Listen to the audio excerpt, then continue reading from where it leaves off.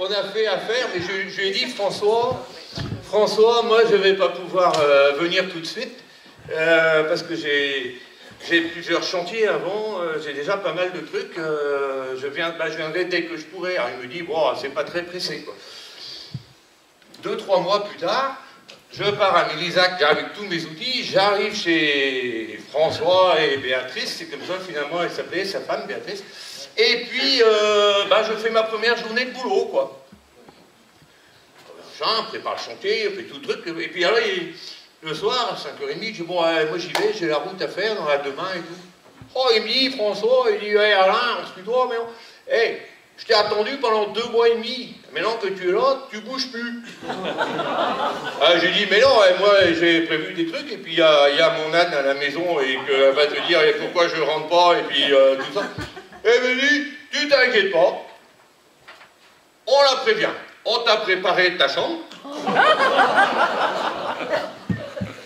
Donc, tu restes là, et tu rentreras quand tu auras fini le chantier. Il y a au moins 15 jours. Eh ben, tu te feras un week-end à Milizac. Bah, ouais, mais... et en plus, au lieu de passer ton temps dans le transport en commun tout seul, dans ta voiture, hein, eh ben, pendant ce temps-là, tu feras 1 heure sup le matin, 1 heure sup le soir. Bah ouais, mais... c'est comme ça.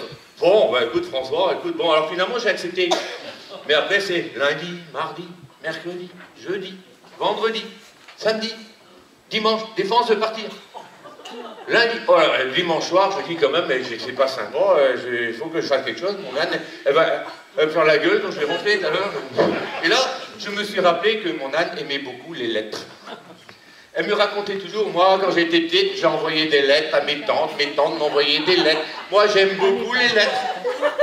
Il y en a qui rigolent, mais peut-être vous ne savez pas ce que c'est, parce que maintenant, les textos, les emails, tout ça, plus personne fait des lettres. Il n'y a plus que l'inspecteur des impôts qui vous écrit. Une lettre, c'est un peu pareil, sauf que c'est en général plus agréable. L'idée, c'est donner des nouvelles. Voilà. Et là, comme j'étais parti depuis déjà 10 jours, j'ai dit, c'est pas trop. Donc le dimanche, en fin de journée, j'ai pris un papier, un crayon, et j'ai fait un brouillon. Mais comme je n'ai pas l'habitude, j'ai un peu peur que ma lettre ne soit pas trop bien. Et donc, si vous voulez, je vous la lis. Hein, et s'il y a des choses qui ne vont pas, vous me dites et je corrigerai. Je peux vous demander ça. Ça ne vous dérange pas. Bon, alors, voilà. Chère Anne, c'est bien hein, le début. Je t'envoie cette lettre pour que tu saches que je t'écris. Si tu la reçois, c'est qu'elle est bien arrivée. Sinon, préviens-moi, je t'en ferai une autre. Je t'écris lentement parce que je sais que tu ne lis pas très vite. Je suis chez François et Béatrice depuis quelques jours maintenant. Ils ont un chien qui est très sympa. Chaque fois que je lui donne un sucre, il remue la queue. Et Béatrice m'a dit, tu devrais donner un aussi à François.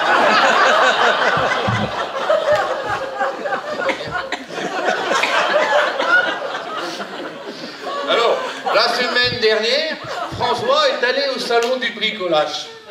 Il a trouvé une machine qui peut faire la moitié de son travail. Du coup, il a commandé 2. François vient de fêter ses 60 ans hier soir. Il me dit qu'il n'a pas peur de mourir, mais quand même, il aimerait bien ne pas être là quand ça arrivera. Alors Béatrice m'a dit, François, il est con comme la lune. Mais avec lui, il n'y a jamais d'éclipse. Avant-hier, Béatrice a dit à François, en rentrant du boulot, s'arrêter au Super U et de ramener un pack de 6 litres de lait. Et elle a dit, et s'il y a des œufs, ramène 2 douzaines. François a ramené 24 packs de litres de lait et il a dit, ils avaient des œufs.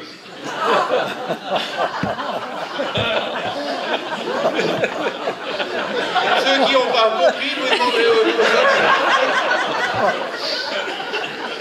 chose. François est très radin. Quand il regarde la messe à la télévision, au moment de la quête, il éteint le poste. Tout à l'heure, Béatrice lisait un catalogue. Elle a dit, oh François, regarde la jolie bague, j'aimerais bien la voir. Alors, François a dit, bon, d'accord. Il a arraché la page du catalogue et il lui a donné.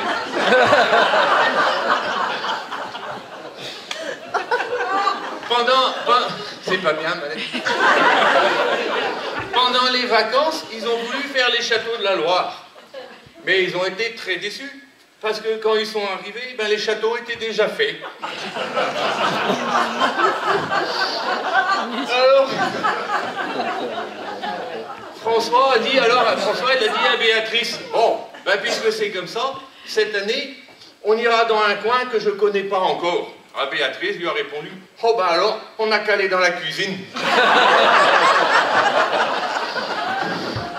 Et elle a rajouté, à moi, qu'elle m'a dit, hein, qu'elle aurait aimé trouver l'homme de ses rêves. Alors François lui a dit, bah t'as qu'à aller dormir.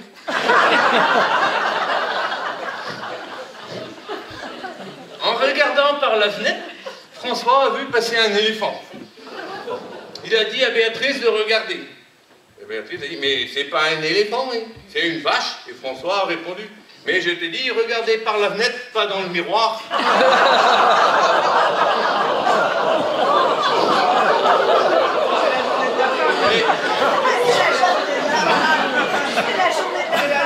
Oui, c'est la journée de la femme, mais justement, on y vient. Béatrice m'a dit comme ça qu'il ne faut jamais croire un homme qui prétend être le chef chez lui à la maison. Parce que s'il dit ça, il doit mentir aussi pour plein d'autres trucs. Enfin, ici, finalement, tu vois, c'est comme chez nous. Après quelques années de mariage, c'est le chien qui apporte les pantoufles et c'est la femme qui aboie.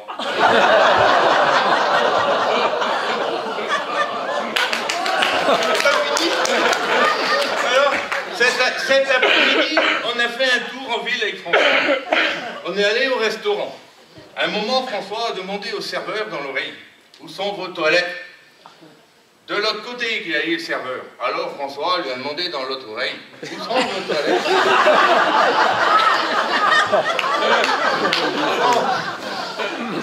François m'a dit au restaurant, il m'a dit en douce, regarde le gars à côté, c'est Victor Hugo.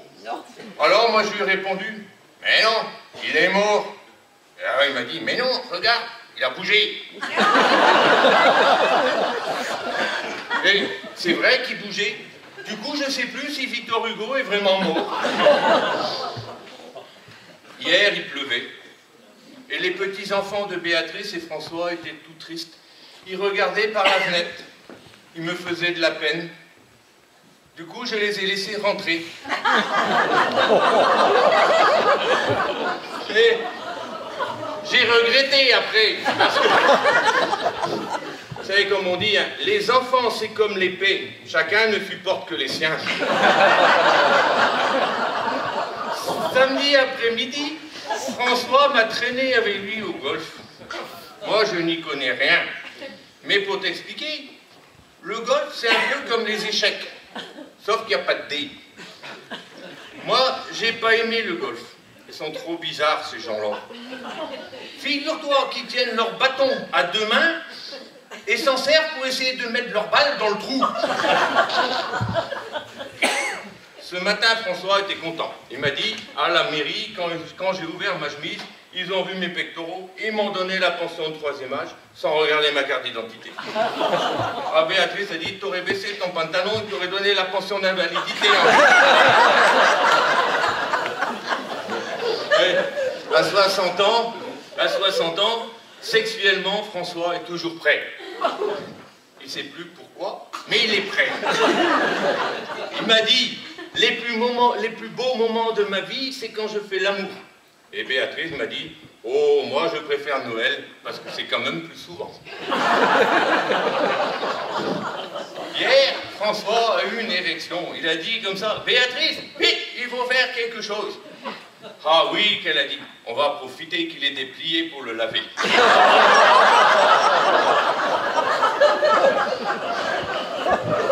J'ai presque au bout, hein.